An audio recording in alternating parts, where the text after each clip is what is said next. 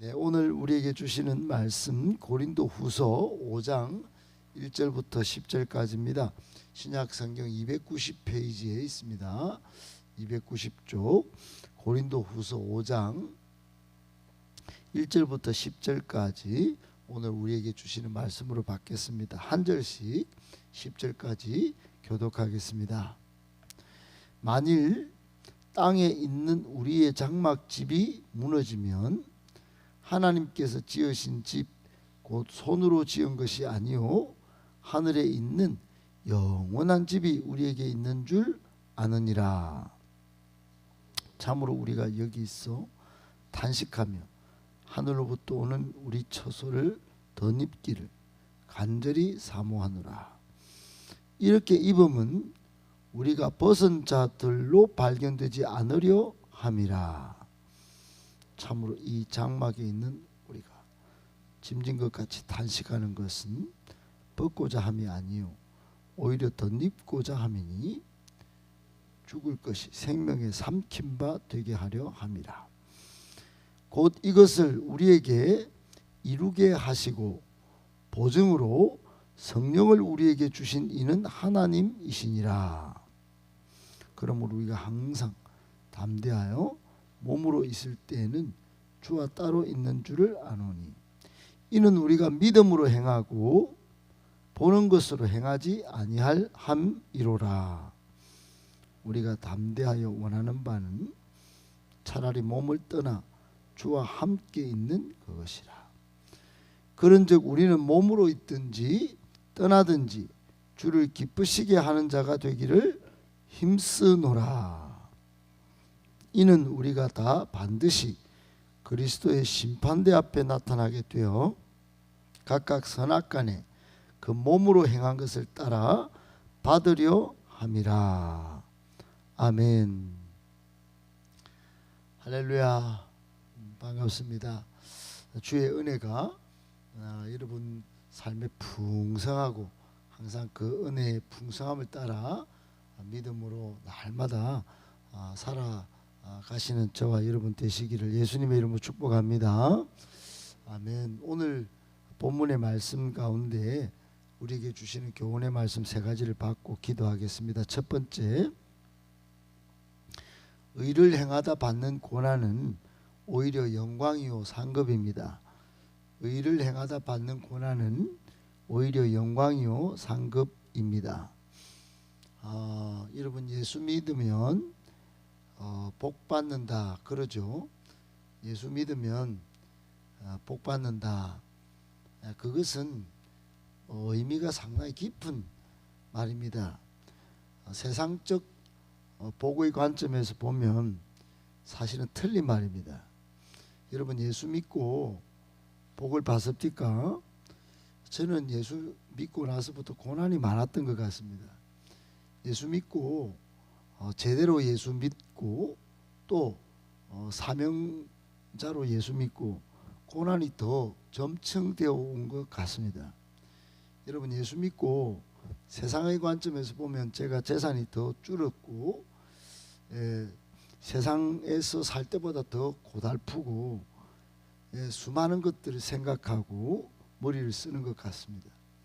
그러니까 처음 초신자 때 예수 믿고 또 이제 중직자가 되고 이제 사명자로 이제 목회자가 되고 나서 이제 고난의 강도는 더 많고 세지고 수많은 고난의 터널을 지나는 것 같습니다. 그러니까 세상적 관점으로 돈을 벌어서 맛있는 거 먹고 또 여행 다니고 눈에 보이는 것 즐기려면 그런 것을 복이라고 하면 저에게는 그것보다 훨씬 고난이 많다 하는 겁니다. 엄밀하게 보면 예수 믿고 우리가 더 깊은 차원에 들어가면 예수 믿는 것 자체가 큰 축복이겠지요. 그러나 세상의 복의 개념으로 보면 축복보다는 고난이 많은 겁니다. 그런데 여러분 예수 믿고 우리가 좋은 일, 특별히 하나님의 복음을 전하는 의를 행하다 보면 저에게도 수많은 대적들이 있고 저를 힘들게 만드는 고난들이 계속 오는 겁니다. 제가 이런 수많은 고난에도 불구하고 오늘 목회를 기쁘게 감당하고 있는 것은 장차 이 의를 행하는 이에게 약속하신 그 영광, 그 상급을 바라보기 때문입니다. 여러분, 오늘 5장을 읽기 전에 우리는 5장만 바라보면 이게 헬라 철학의 관점이 세 개가 들어있기 때문에 이해가 쉽지가 않습니다.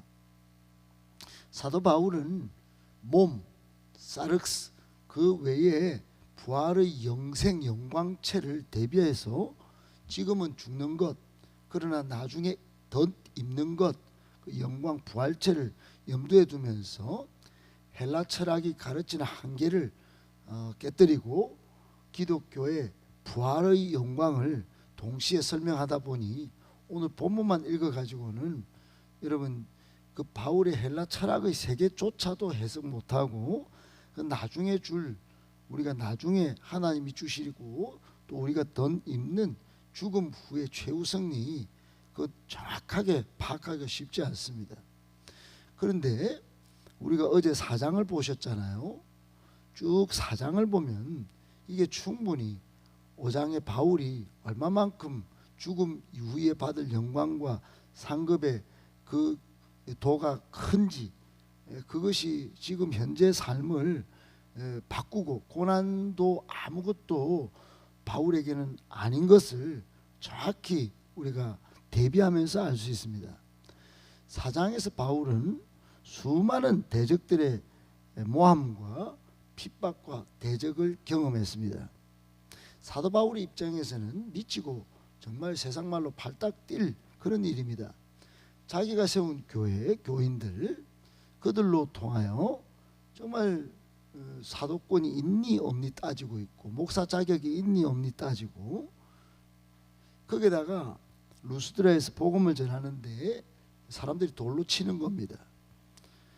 그러니까 사방으로 많은 사람들이 우겨 싸고 또 그런 중에 말을 못하고 한 명이라도 상처받을까 싶어서 답답하고 그리고 박해하는 사람들이 생겨났습니다.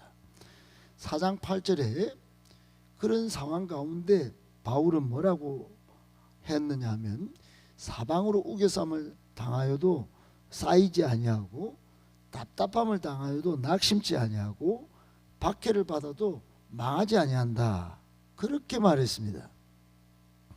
그러면서 비록 약하지만 고난이 있지만 예수 생명을 인하여 겉사람은 낡아지지만 속사람은 날로 강해지고 새로워지는도다. 그렇게 바울이 입장정리를 한 겁니다. 사랑하는 여러분, 바울이 지금 당하는 이 고난, 그것은 예수 생명에 비하면 아무것도 아니라는 겁니다. 나중에 예수 생명으로 얻게 될 그 영광을 바라보면서 더욱 겉사람은 낡아지고 돌로 맞아서 아프지만 속사람은 그 영광을 바라보면서 강해진다는 겁니다. 여러분, 이런 사람이 한 분 계셨죠. 바로 사도행전 7장에 보면 스데반 집사님입니다. 스데반 집사님은 집사였지만 의를 아주 강력하게 드러내면서 예수 생명의 복음을 전했던 사람입니다. 스데반 집사님이 얼마나 사람들의 박해를 받고 고난을 받았는지 우리는 그 형편을 사도행전 7장을 살펴보면 금방 알 수 있습니다. 그 돌이 쏟아지면서 나중에 돌을 맞아서 죽는다. 여러분, 사람에게 전기로 또는 뭐 어떤 옛날에부터 내려오는 처형으로 금방 죽으면 그냥 뭐 고통 없이 죽는다 이렇게 말할 수 있습니다. 그런데 돌에 맞아 죽는다. 여러분 한번 생각해 보십시오. 여러분, 충분히 우리는 생각할 수 있습니다. 돌로 바로 죽지는 않습니다. 계속 날아오는 돌을 맞아서 그냥 치명상을 입으면 바로 죽지만 그 고통이 가중되면서 죽었겠지요. 그런데 사도 바울은 그 죽어가는 중에 스데반 집사님은 죽어가는 중에 하나님께서, 우리 주님께서 하나님 보좌 오른편에서 일어나셔서 그 영광 중에 맞이하시는 장면을 보고 웃으며 죽어갑니다. 그러니까 그 사도행전 7장을 가만히 읽어보면 스데반 집사님의 죽음은 주님도 급했던 그런 모습을 보여주는 겁니다.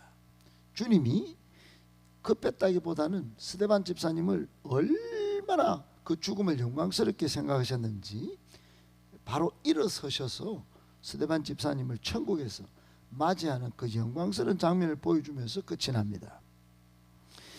성도요, 제자요, 사명자로 살아가는 우리도 마찬가지입니다.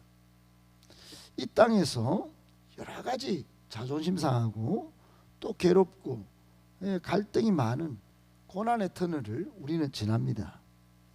예수 안 믿었으면 하나도 일어나지 않았을 일이었는지도 모릅니다. 가장 가까운 사람들에게서 당하는 고난, 우리 양육반을 받는 한 성도는 내가 괜히 예수 믿었나 싶을 정도라고 고백합니다. 그러나 지금 그 고난을 통하여 이 양육을 받는 것을 인하여 보여주시는 그 하나님의 놀라운 상급들을 생각하니 지금 양육받는 것이 얼마나 이 고난을 새롭게 해석하고 감당해야 할 것인지 감동스럽게 고백하고 있습니다. 그렇습니다. 사랑하는 여러분, 지금 여러분 삶에 얼마나 많은 고난이 있습니까? 많은 애환이 있습니까? 순간순간 대차하느라고 기분도 나쁘시지요. 찝찝하고 때로는 분노하고 혈기 부리고, 그 모든 것들 여러분 정말로 우리의 신앙관을 새롭게 할 기회입니다. 반드시 바울과 같이 스데반 집사님과 같이 여러분 그런 중에도 의를 지키고 그런 중에도 예수님 닮은 삶을 살아내시면 하나님은 반드시 영광을 주시고 상급을 더하여 주실 줄 믿으시기를 바랍니다. 최후 승리에 대한 확신 때문에 이 삶의 현장에서 겪는 고난을 담대히 극복하고 그것을 돌파하는 믿음이 있게 되시기를 예수님의 이름으로 축복합니다. 아멘. 두 번째, 죽음 이후 최후 승리의 확신, 매우 중요합니다. 죽음 이후 최후 승리의 확신 매우 중요합니다. 여러분, 신앙생활의 최고 수준, 그것은 죽음을 두려워하지 않는 신앙의 수준일 것입니다. 죽음을 두려워하지 않는다. 마치 에스더가 죽으면 죽으리이다 이렇게 선포한 것과 같은 겁니다. 제가 존경하는 소양 주기철 목사님 일사각오의 정신입니다. 일본 순사가 이 손가락 틈에 대나무 꼬챙이를 길게 이까지 찔러 넣을 때 그 고통은 말로 다 할 수 없는 고통이었습니다. 그리고 들어 누워서 큰 주전자에 고춧가루를 넣어서 그것을 온 입으로 집어넣고 강제로 마시게 해서 불룩한 배를 그 엉덩이로 누를 때 입을 막은 상태에서 그 모든 것들이 코로 귀로 뚫린 모든 것으로 빠져나올 때의 고통, 그럼에도 불구하고 예수를 부인하지 않습니다. 죽음을 각오한 주기철 목사님의 모습, 결기, 그것은 상상을 초월하는 겁니다. 여러분, 이쯤 되면 정말로 순사도 두 손 들고 아무도 뭐라 할 수 없는 겁니다. 초대교회 신자들이 그랬습니다. 초대교회 신자들은 죽음을 불사하는 믿음이 있었습니다. 여러분, 이런 정도의 믿음이면 한번 여러분 상상을 해보십시다. 세상에서 당하는 여러 고난들 또는 어떤 누구든지 생명을 위협하는 그런 상황 또는 수많은 영적 침체의 요소와 또 하나하나의 일들 극복하지 않겠습니까? 비록 고난이 있습니다. 생명 위협도 있을 수 있습니다. 수많은 영적 침체 상황도 발생할 수 있습니다. 저에게도 있는 일입니다. 아픈 곳이 있고 때로는 말로 다 할 수 없는 영적인 공격도 있습니다. 그러나 제가 성도이기 때문에, 제가 주님의 제자이기 때문에, 아니 지금은 사명자의 삶을 살아가는 주님의 사명자이기 때문에, 하나님이 불러 쓰시는 종이기 때문에 세상 사람과 다른 것입니다. 세상 사람들은 이쯤 되면 영적인 침체에 빠지고, 세상 사람들은 이런 생명의 위협을 받으면 정말 겁을 내고 두려워하고 도망가고 숨고, 세상 사람은 이런 고난을 당하면 자존심 상하고 무시당하면 그냥 괴롭습니다. 그래서 저는 믿음으로 극복하는 힘이 있는 것 같습니다. 돌파하는 그런 수가 자꾸 늘어가고 있습니다. 사랑하는 여러분, 앞으로 내가 죽음 후에 부활이 가능하다. 하나님은 반드시 이런 사람들에게 부활의 능력이신 하나님이 부활을 하게 하시고, 예수님처럼 부활하셔서 영광 가운데 천국에 살게 하실 줄 믿으시기를 축복합니다. 4장 14절에도 바울은 죽음의 위협 속에 복음을 담대하게 증거할 수 있었던 이유가 부활신앙이라는 것을 드러냈습니다. 오늘 5장 1절 2절도 바로 그런 측면에서 마찬가지 입장 정리를 한 것을 지금 고린도 교인들에게 보여준 것입니다. 사랑하는 고린도 교인 여러분, 우리가 장막집이 무너지면, 다른 말로 이 땅에서 죽으면 하나님께서 지으신 집, 곧 손으로 지은 집이 아니고 흙으로 살아가다가 무덤으로 들어가는 것이 아니고 하늘에 있는 영원한 집이 우리에게 있는 줄 안다는 겁니다. 안다는 거예요. 그리고 2절에 우리가 참으로 여기서 탄식하면서 지금 고난 중에 걸어가고 있지만, 하늘로부터 오는 우리 처소, 즉 영원한 부활로 주어지는 영생체, 영광체, 그냥 그때도 뭐 흠이 있고 티가 있는 것이 아니고 지금 우리 몸과는 완전히 다른 100% 다른 영원한 몸, 영광스러운 몸, 그것을 덧입기를 간절히 사모하노라 그랬습니다. 여러분, 사도 바울은 단순히 부활해서 단순히 뭐 천국 가는 그런 정도 아닙니다. 완전히 새롭고 완전히 영원하고 완전히 영광스러운 부활체로 거듭나는 것을 기대하고 이 글을 쓴 겁니다. 자신의 죽음은, 자신의 고난은 인생의 끝이 아니요, 지금은 억울함이 아니다. 새 부활 영생 영광체로 덧입는 과정일 뿐이다. 절차로서 죽음이 있을 뿐이지, 그런 겁니다. 이게 신앙의 클라이막스 최고봉 아니겠습니까? 여러분, 우리에게 주는 교훈이 뭘까요? 우리는 본질이 다른 사람입니다. 세상에 떵떵거리고 좋은 차 타고 다니고 이런 사람 순간 부러워서 아이고 나는 이런 것도 없는데 고난이네, 이럴 사람이 아닙니다. 저 사람들이 전혀 가지지 못할 완전히 새로운 몸, 완전히 영광스러운 몸, 영원히 사는 몸을 우리는 곧 받게 될 것입니다. 그러므로 죽음도 두려워하지 않는 그런 믿음이 우리에게 꼭 있어야 되는 것입니다. 꼭 기억하시고, 죽음 후의 최후 승리, 그 확신 얼마나 중요한 것이겠습니까? 이 세상을 담대히 살아갈 수 있는 힘이 아니겠습니까? 꼭 그렇게 살아내실 수 있게 되기를 예수님의 이름으로 축복합니다. 아멘.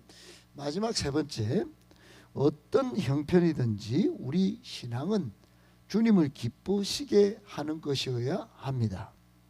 어떤 형편이든지 우리 신앙은 주님을 기쁘시게 하는 것이어야 합니다. 여러분, 바울은 지금 죽음 앞에서조차 눈 하나 까딱하지 않습니다. 눈 하나 까딱하지 않는 그런 신앙의 소유자가 바울이었습니다.